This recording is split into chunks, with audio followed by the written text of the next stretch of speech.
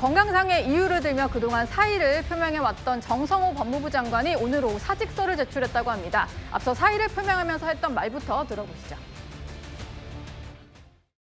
지금 건강 상태가 매우 좋지 않습니다. 제가 뭐 수개월 동안 지금 상당히 심각한 좀 수면 장애가 있고 여러 가지 문제 때문에 지금 매우 제 건강 상태가 좋지 않습니다. 몸이 건강하지 못한데 뭐 법무부 장관으로서 직무를 수행하는데 상당히 부담이 있기 때문에 제가 어떤 사의 표명을 했던 거고요. 공무회의에서 대통령께서 장관님께 잘 지시라고 하셨다는 보도가 나왔는데 저희 뭐 사의와 관련된 문제는 말씀은 아니었고 제가 그런 여러 거친 요구하는 게 지금 별로 바람직하지 않지 않습니까? 저는 뭐 그거에 대해서 그렇게 답변을 하진 않겠습니다. 네, 사직서를 제출을 했다고 하는데 조금 전에 법무부 청사에서 퇴근을 하는 길에 좀 여러 가지 말들을 한 것 같습니다. 정성호 장관이요. 국회에 가서 할 일이 더 많을 것이다. 이렇게 얘기를 했고요. 사의 표시는 한참 전에 했던 거다라고 설명했습니다. 또 법무부는 차관 중심으로 움직일 것이다. 대통령께도 여러 차례 사의를 표시했다라고 얘기를 하고 있습니다. 이현종 위원님. 네. 근데 뭐 잠시 뒤에 얘기하겠지만 청와대에서는 공백 없도록 해달라, 후임 인선 때까지 좀 버텨달라라는 것 같은데 정 장관이 저렇게 얘기하는 걸 어떻게 봐야 될까요? 아니 장관이 이미 사퇴를 이 정성호 장관 사퇴 문제는 몇 달 전부터 나온 거잖아요. 아니 한 부처의 장관이 그만두겠다는데 왜 자꾸 이렇게 잡는지 모르겠습니다. 이렇게 되면요 아무도 일을 못 합니다. 조직이 이게 말이 되는 소리입니까? 만약에 정성호 장관이 뭐 예를 들어서 이 국회의원이나 이재명 대통령과 측근이 아니었다면 이렇게 했을까요? 예. 한 부처를 이런 방식을 통해서 몇 달 동안 지금 정상적이지 않도록 한다는 게 지금 제가 볼 때는 이해할 수 없는 일이에요. 더군다나 장관 본인이 이미 사표를 냈고 할 뜻이 없다라고 수차례 걸쳐서 이야기를 했는데 예. 계속 있어달라고 그러면 뭡니까 이게? 그럼 사람이 없어요? 대한민국에 법무부 장관 할 사람이 없는 겁니까? 왜 반드시 정성호 장관이 해야 되는 거죠? 저는 도대체 대통령이 한 부처의 어떤 장관을 이런 식으로 지금 계속적으로 아니 본인은 나올 때마다 사퇴한다 그러고 방송에서도 이제 건강이 안 좋다고 그러고 그렇게 하면 사표를 받아줘야죠. 예. 그런데 할 생각이 없는 사람을 왜 자꾸 그렇게 끝까지 남아달라고 이야기하는 것인지 저는 이해가 안 됩니다. 법무부가 무슨 뭐 그냥 일반 조그마한 부처도 아니고 굉장히 중요한 부처인데 예. 이런 중요한 부처의 장관의 어떤 이 문제를 벌써 몇 달째 이렇게 지금 논란을 벌인다는 거. 더군다나 본인은 또 오늘 또까지도 지금 나가면서 본인 그만두고 차관한테 맡기겠다고 그러는데 예. 아니 대통령실에서는 계속 지금 뭔가 해달라고 이야기한다는 게 이게 말이 되는 소리입니까? 정성호 장관은 신속하게 내 사직서를 수리해 줄 것으로 기대한다라고 얘기를 했고요. 국회로 돌아가서 형사소송법 문제점을 신속히 수정하겠다라고 얘기를 하고 있습니다. 최진문 교수님, 그러니까 이 국회 돌아가는 이유가 법을 좀 고쳐보겠다 뭐 이런 이유가 있어 보이네요. 근데 이제 법을 고치는 것도 국회의 중요한 일이죠. 근데 정성호 장관이 물론 이제 건강상의 여러 가지 이유가 있는 거 분명히 보이고요. 대통령이 여러 번 만류하는 이유는 이게 공소청하고 중수청이 10월에 출범을 해야 돼요. 지금 현재 인력 구성하고 있고 모집하고 있고 이런 상황이잖아요. 근데 지금 상황에서 이제 법무부 장관이 공석이 되면 새로 인선하고 공청회, 청문회하고 이런 동안 시간이 많이 지나요.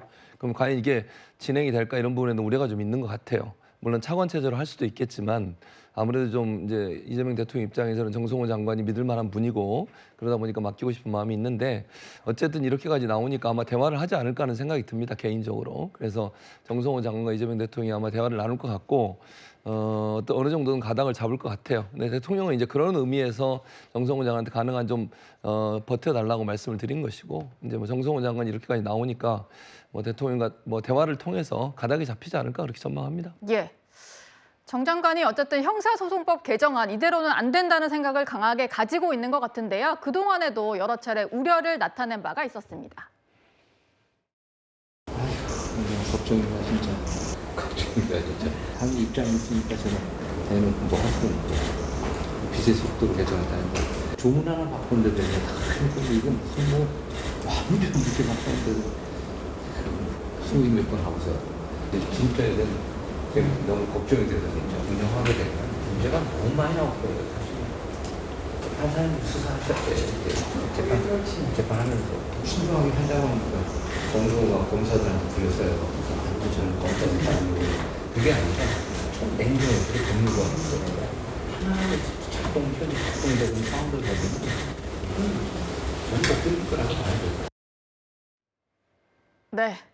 중진 정치인인 정성호 장관이 다 촬영이 되는 줄 알고 저 말을 했다고 보는 시각이 우세합니다. 그러다 보니까 당내 강경파를 향해서 일부러 저런 말을 한 게 아니냐라는 얘기도 나왔었는데요. 정영진 변호사님, 네, 사표를 제출한 시기가 상당히 공교로운데 김민석 대표가 선출된 바로 다음 날이잖아요. 이건 어떻게 봐야 될까요? 그냥 전당대회가 끝나기까지만 기다리다가 그러다가 이제 끝났으니까 그러니까 난 이제 사표를 제출하고 그러면 더 이상 그 수리를 안 할 명분이 대통령에게 없을 것이다라고 정성호 법무부 장관은 생각할 수밖에 없었던 거 아닌가 그런 생각 들고요. 조금 전에 그 화면에 뭐라고 나왔습니까? 이제 판사님들도 수사라고 그랬어요. 이거는 있을 수가 없는 겁니다. 예. 왜냐하면 제가 공부하면서 수사와 기소를 분리해야 된다는 이야기는 제가 들어본 적이 없어요. 하지만 수사와 명백하게 분리되어야 될 것은 무엇이냐? 그게 재판입니다. 네. 그런데 판사가 무슨 수사를 합니까? 판사가 수사하는 재판을 뭐라고 이야기하는지 아세요? 그게 조선시대 때 있었던 원임 재판이라고 하는 겁니다. 네. 그러니까 입법권, 사법권, 행정권이 분리돼. 삼권 분리가 판사가 수사하지 말라고 하는 게 삼권 분립이거든요. 그런데 법무부 장관이 이제 우리나라 형사소송법은 원임 재판할 수밖에 없는 그러한 상황이 되어버렸다. 그 이야기를 갖다가 하는 거고요. 그런 것들을 아니까 그 정성호 법무부 장관이 스트레스 받아가지고 이빨이 빠졌다는 거 아니었겠습니까? 네. 그다음에 한 가지만 말씀을 드리면 어떤 생각 드냐면요. 우리나라 검사가 한 2,200~300명 돼요. 검사 한 사람이 100건씩만 가지고 있어도요. 사건이 23만 건 됩니다. 200건 가지고 있으면요. 50만 건이에요. 10월 초부터 그 50만 건의 사건이 경찰로 쫙 내려갑니다. 네. 그걸 경찰이 누가 받겠습니까? 그렇다라고 하면 지금 검찰에서 하고 있는 수사 50만 건 이상에 되는 그 어마어마한 양의 그 사건들이 그냥 계속 머물러 있어가지고 처리가 되지 않고 그냥 그렇게 될 수밖에 없어요. 그럼 누가 피해를 보겠습니까? 그 범죄 피해자가 또 피해를 갖다 입는 거예요. 이걸 누가 제일 잘 알고 있느냐. 지금 도망가려고 하는 정성호 법무부 장관이 제일 잘 알고 있고 그러니까 빨리 나 좀 놔달라고 그렇게 대통령한테 하소연하는 것이다라고 법조인들은 다 그렇게 생각하고 있습니다. 네. 뭐 도망이라고까지 말을 하셨는데 어쨌든 나는 소임을 다했다. 이제 그만 당으로 돌아가고 싶다. 이런 의사를 재차 밝히고 있습니다. 청와대에서도 입장이 나왔는데요. 아까 잠깐 말씀드렸다시피 후임 인선 때까지는 좀 자리를 지켜주기를 바라고 있는 것 같습니다. 지금 법무부와 검찰청의 상황을 좀 보면요. 얼마 전에 검찰총장의 직무대행이었던 구자연 대행이 사표를 제출하면서 대행의 대행 체제가 됐고요. 만약에 정성호 장관까지 사표 수리가 되면 차관 대행으로 진행이 되게 됩니다. 이동학 최고위원님. 네. 그러니까 이런 대행 체제로 뭔가 수사 체제가 급격하게 바뀌는 거니까 그건 안 된다 이런 입장인 것 같아요. 그렇죠. 상당히 좀 어려운 상황으로 갈 수밖에 없습니다. 왜냐하면 자기 직책이 아닌데 지금 한 칸 더 올라와가지고 제대로 된 권위를 갖기가 어렵잖아요. 그런 측면에서 청와대에서도 우려가 있을 수밖에 없고 정성호 법무장관은 대통령과 상당히 오래된 인연이기도 하고 어찌 보면 좀 합리적인 생각을 또 견지하고 있는 공직자 중에 또 한 명이란 말이에요. 그래서 사실 든든함을 좀 가질 수 있을 텐데 자신의 소신과 가치, 철학 이거에 지금 맞지 않는 법이 통과됐고 이 부분과 관련돼서 내가 끝까지 마무리를 하는 게 과연 맞는가 하는 약간 회한도 좀 드실 것 같아요. 그러니까 당으로 돌아와서 혹시나 있을지 모를 여러 가지 국민들의 어떤 피해, 우려되는 지점들에 대해서 보완을 하시고 싶어 하시는 것 같은데 그런 점들이 청와대에서는 그래도 지금 10월 2일 날 중수청, 공수청 출범되고 그 이후에도 상당히 많은 문제점들이 노정되어 있는데 예. 이 부분에 대한 거를 그래도 막아야 되지 않냐. 그리고 차기에 어쨌든 후속 인사가 있을 텐데 그 후속 인사까지는 그래도 좀 지켜줘야 되는 거 아니냐라고 하는 인식을 좀 드러낸 걸로 보이고요.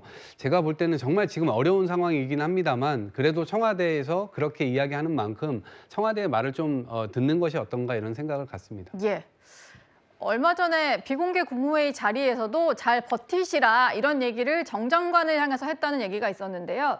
그러다 보니까 아마 당장 사표가 수리되지는 않을 것 같습니다. 이현종 위원님, 네. 그러니까 본인은 원하는데 뭐 어쨌든 중수청 출범까지는 자리를 좀 지켜야 되는 이런 상황이 반복될 것 같네요. 근데 이 부분을 잘할 사람이 있습니다. 서영교 법사위원장하고 김용민 의원이 있어요. 자, 이걸 처음부터 주도했던 분들이 있잖아요. 공소청, 그다음에 지금 중수청 그 주도했던 분들 있잖아요. 왜 네. 이분들한테 못 맡기죠? 자신 있어 하지 않습니까? 본인들은 그걸 해야 된다고 이야기를 하고. 아니 그러면 이걸 주도했던 분들한테 한번 잘 되는지 안 되는지를 맡겨봐야 될 거 아니겠습니까? 근데 못 맡기는 거 아닙니까? 그러니까 이게 지금 저는 이렇게 지금 보세요. 대대행이라는 정말 이 참 초유의 지금 이 사안이 벌어졌습니다. 경찰청장도 없죠. 소방청장도 없죠. 검찰총장은 지금 대대행을 하고 있죠. 법무부 장관도 지금 사퇴하면 차관이 하고 있죠. 자, 이렇게 성사사법 시스템을 지금 망가뜨려 놓고 이거를 지금 해결 못하고 있는 이 상황이 왜 비롯됐습니까? 결국은 대통령이 이 문제에 대해서 제대로 지금 당의 문제와 정리를 못 해주기 때문에 있는 거 아니겠어요? 그러면 그 자신이 사는 분들한테 맡기면 될 거 아닙니까? 김용민 의원한테 맡겨놓으면 잘할지 안 할지 우리 국민들이 판단할 거 아니겠어요? 네. 서영교 위원장 본인이 이야기하잖아요. 저기 뭐 국선 변호인 쓰라고 이야기하지 않습니까? 그럼 맡겨서 한번 일을 해보는 것도 저는 방법이라고 생각이 들어요. 아니 어차피 만들어진 거 이상 만드는 주역들이 제대로 되는지 안 되는지 한번 해보라는 이야기예요. 그러면 본인들이 알 거 아닙니까? 내가 생각했는데 이거 해보니까 아니네? 아니면 잘 되네? 라고 이게 판단을 내릴 거 아니겠어요. 그래놓고 지금 본인의 철학과 다른 정성호 장관을 계속 붙잡아 두면 본인도 지금 힘들어하고 있고 정권도 그렇고 왜 이런 일을 자꾸 만드는지 저는 이해가 되지 않습니다. 예. 정성호 장관 과연 사표가 수리될 수 있을지, 과연 당으로 돌아가서 형소법 문제를 바로잡을 수 있을지 한번 지켜보겠습니다. 궁금한 게 있는데 조기현 변호사님, 정성호 법무부 장관이 대통령과 굉장히 가까운 인사이잖아요. 대통령의 신뢰와 신임을 받고 있고 또 민주당 내에서도 굉장히 신망이 두터운 중진으로 알고 있는데 정성호 법무부 장관이 이렇게 보안수사권 폐지에 대해서 국민들의 반대 의견과 함께 하는데 대통령한테 가서 대통령님 이거 통과시키면 안 됩니다. 거부권 행사하셔야 됩니다. 전당대회가 중요한 게 아닙니다. 국민들 피해 큽니다. 법무부 장관으로서 말씀드립니다. 30년 지기 친구로 말씀드리는데 이거 왜 이 한마디 못합니까? 근데 이미 지금까지 논의 과정에서 수차례 그런 의견 나누시지 않았을까 싶습니다. 대통령도 비공식적으로 여러 차례 입장을 밝히셨죠. 그러니까 명시적으로 얘기는 안 하셨지만 뭐 제한적 보관 수사권의 존치의 입장을 갖고 있었다는 것은 다 알고 있는 바고요. 정성호 법무부 장관 역시도 국민이 피해자가 돼서는 안 된다는 확고한 원칙을 분명히 갖고 있습니다. 다만 당 논의 과정에서 당에 일임해서 처리하기로 정부와 당이 입장을 정리한 이상 재론하면서 다시 이걸 거꾸로 돌릴 수는 없는 상황까지 왔다는 입장인 것 같고요. 어제 정성호 법무부 장관이 신임 검사 임명식에서 또 하신 말씀을 보면 일단 출발은 한다. 다만 한 번도 가보지 않은 길임이 분명합니다. 수사 기소가 완전히 분리가 됐고 검찰의 수사권이 완전히 없어졌고 대신 이를 대체하는 보안수사 요구권, 재수사 요구권, 시정조치 요구권, 또 수사관 교체 요구, 관할이관, 또 이런 보안조치 2중, 3중의 조치를 취했다고 보는 것이 민주당의 형사소송법 개정안이고 그렇기 때문에 이제 실제 시행이 됐을 때 지금 아까 이 절절히 호소하는 김준주 씨와 같은 피해자를 막아낼 수 있겠느냐. 이거는 지금 그렇게 속단해서 그 걱정을 너무 많이 할 필요는 없다. 아직 해보지 않았기 때문에 그런 우려가 당연히 있을 수 있습니다만 꼭 그런 것은 아니다.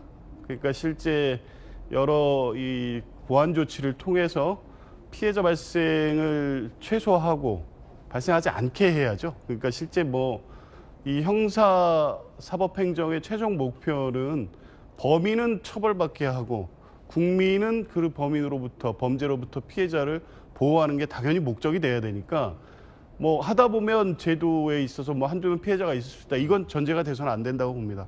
단 한 명의 피해자도 있어서는 안 되죠. 그런 측면에서 보면 아마 정성호 법무부 장관이 그간 논의 과정에서 여러 가지 심적 고민도 있었고 건강도 안 좋아지셨고 여러 고민이 있겠지만 어제 말씀으로 봐서는 일단 시행된 이후에 그걸 보완하는 과정에서 시행 과정에서 이제 수사 준칙이라든가 만들어야 될 법령이 지금 대단히 많습니다. 이번에 보안 수사 요구권 등의 보안 조치를 실제 수사에서 구현할 수 있는 조치들을 만들어 놓으면 이제 그렇게 하고 10월 이후에 중수청, 공수처이 출범해서 새로운 제도가 시행이 될 때 이런 문제가 발생하지 않도록 만전을 기해야 될 것이다. 아마 그 부분에 대해서는 대통령이나 정성호 법무부 장관이 입장이 같지 않을까 싶습니다. 법무부 장관 얘기 들어보시죠. 정성호 장관입니다. 이렇게 빛의 속도로 형사소송법이 빨리 개정된 건 처음일 거예요. 우리가 선의를 갖고 설계했지만은 또 어떤 부작용이 나올지 그 현장에서 어떻게 제대로 작동될지는 아무도 예측할 수가 없습니다. 만약 부작용이 생긴다고 하면은 현장의 그 실상과 맞지 않는다고 하면은 빨리빨리 고쳐야 되지 않겠습니까? 지금 제가 알기로는 뭐 거부권 제도가 그 법률에 도입된 이래 정부에 속해 있는 장관이 거부권 행사 권유한 적이 있습니까? 있을 수도 없는 일이고 법무부 장관으로서 거부권 행사를 권유하는 건 적절치 않다고 판단하고 있습니다.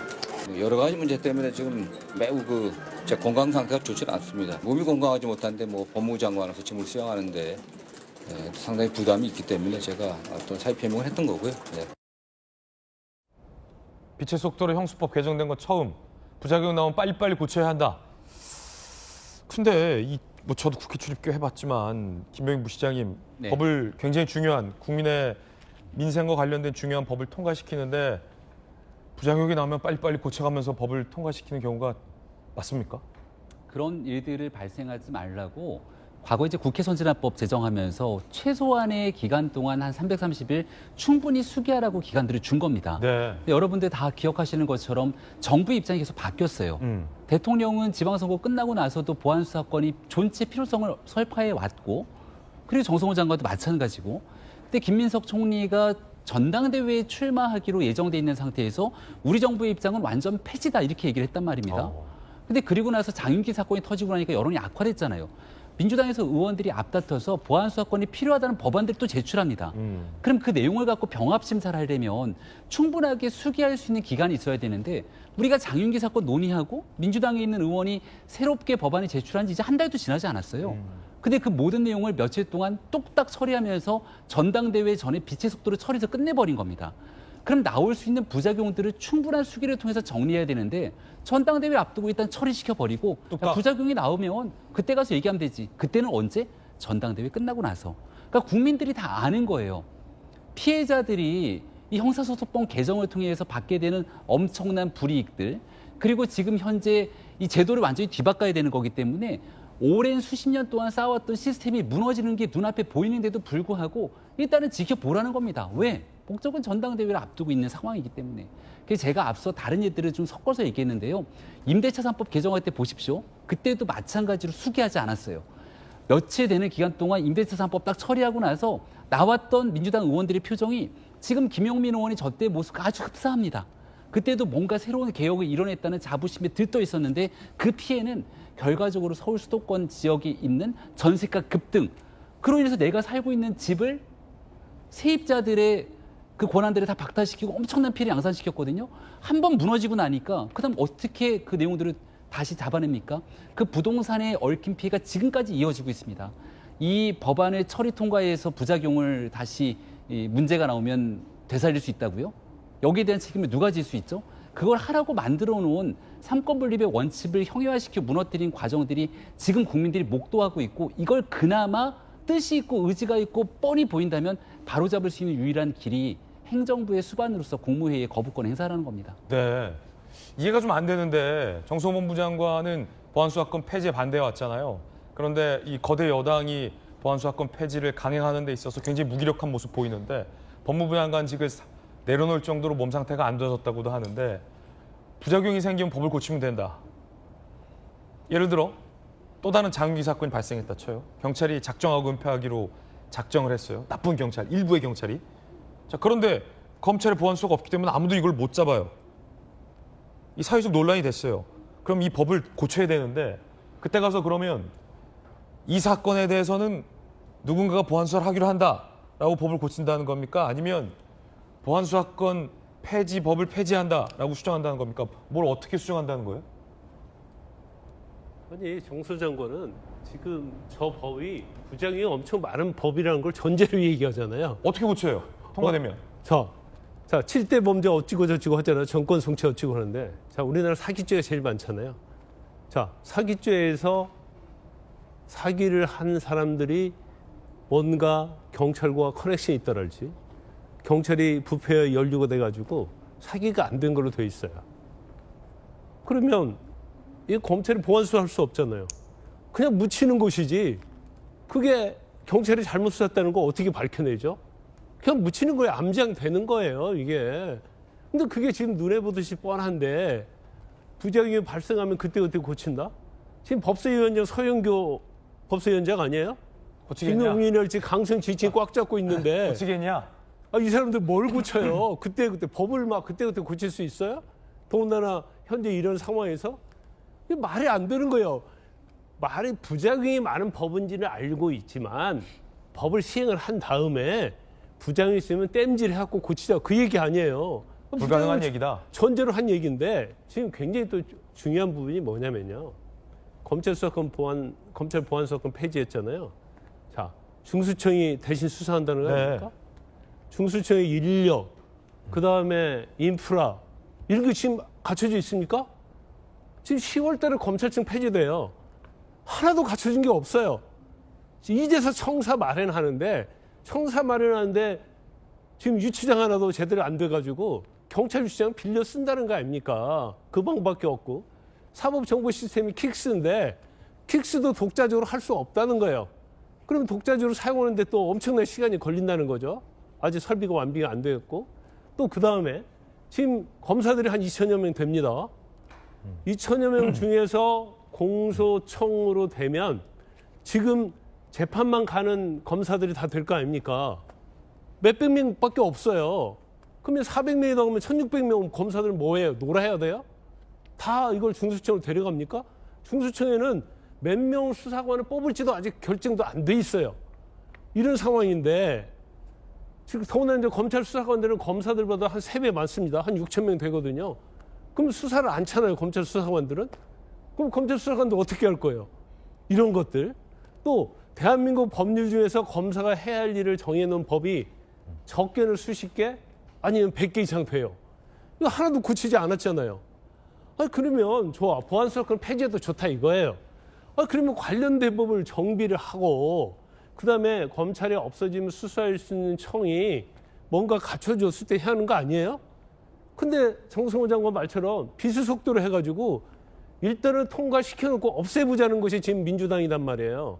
또 이걸 통과시키면 대통령이 앞장서서 하는 거 아닙니까?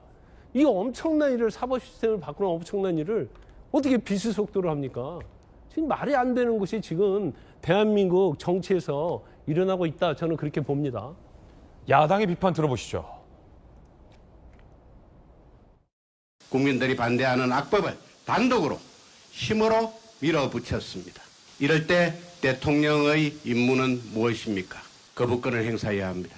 그게 대통령다운 모습입니다. 보안수사권 조치가 필요하다. 이재명 대통령 본인이 한 말 아닙니까? 제2요구권을 행사하십시오. 단 한 번만이라도 대통령답게 처신하십시오.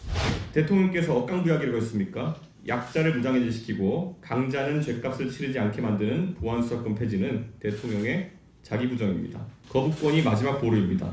대통령이 그 자리에 서주시기 바랍니다. 유승민 전 대표도 비판했습니다.